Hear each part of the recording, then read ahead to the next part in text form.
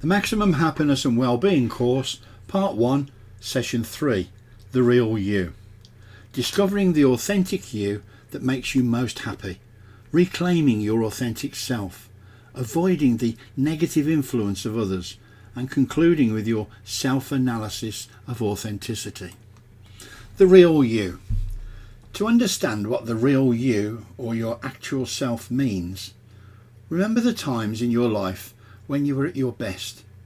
We're talking about when you were happiest, felt most fulfilled, and more especially felt most real. In the heart of those moments, your life flowed with energy and excitement, yet you may have felt a gentle calmness within you. You had unshakable self-assurance and belief in your own self-worth, with formidable strength and trust in yourself. Because you felt so good about yourself and so determined to live life to the fullest, you couldn't care what others thought about you. From confidence rather than selfishness, you mattered more than anything. You may not have known the future, but you were confident you could handle it. So what happened to the wonderful, authentic you? Life happened, that's what. Once you're committed to reconnecting and reclaiming your authentic self, you'll feel a surge of explosive energy that will uplift you. You'll even see tiresome daily chores in a new light. Now let's talk about you. Don't you think it's time you started enjoying the authentic life you deserve and all that goes with it? I suspect that you take care of everyone and everything else in your life first, and almost always you're last in line to meet your needs, if at all. You are better than the life you're living, capable of more than you have allowed yourself to experience up to now. To achieve this, you must get back in touch with the real you. With self-analysis and diagnosis, asking yourself some searching questions and answering them honestly can put you back on the right road to true authenticity and happiness. A few words about imposter syndrome.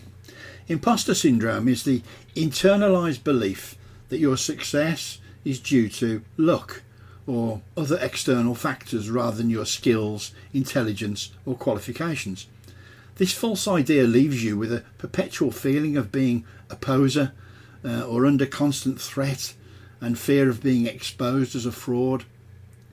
You begin to feel uncertain and self-doubting, feeling that you've tricked people into believing that you're more competent. Caught in a vicious cycle of inadequacy, guilt and anxiety, when facing a new challenge, you're more susceptible to imposter syndrome. It can start with not believing you've earned your success on your own merits. You may also feel like you're not enough, not qualified enough, not smart enough. You may have a different background from others and feel paralysed by comparisons. There are things you can do to help yourself out of the imposter's trap. Briefly. 1. Own up to your feelings. Tell someone about it. That way it's no longer your own little secret. Chances are others will tell you they felt the same way at some point and they won't judge you for it. 2. Recognise truth from fiction. Just because you feel like a fake and a fraud and a failure doesn't mean that you are in reality. 3. Understand your early programming. Some families message their children in a judgmental and critical way. Unrealistic expectations may exist that never should have belonged to you in the first place. 4. List all of your accomplishments, achievements and successes instead of dismissing these as just luck. Really spend time remembering how you were able to do what you've done in the past. You'll find you had much more to do with your achievements than you thought. And 5. Challenge the automatic thoughts. Step back and re-envision the scenario. Reassure yourself that you have what it takes to successfully accomplish your goals. And if you can't really feel it at first, then just add up the positive experiences and let the numbers speak for themselves. The session concludes with transformational exercise number 2. How authentic are you? This is a simple exercise simple test designed to indicate how authentically you live your life.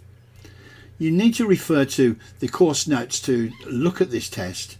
Essentially, there are 20 questions that are asked of you, and you just answer them as honestly as you can, and it provides you with a scorecard at the end that tells you how authentic you're currently living your life.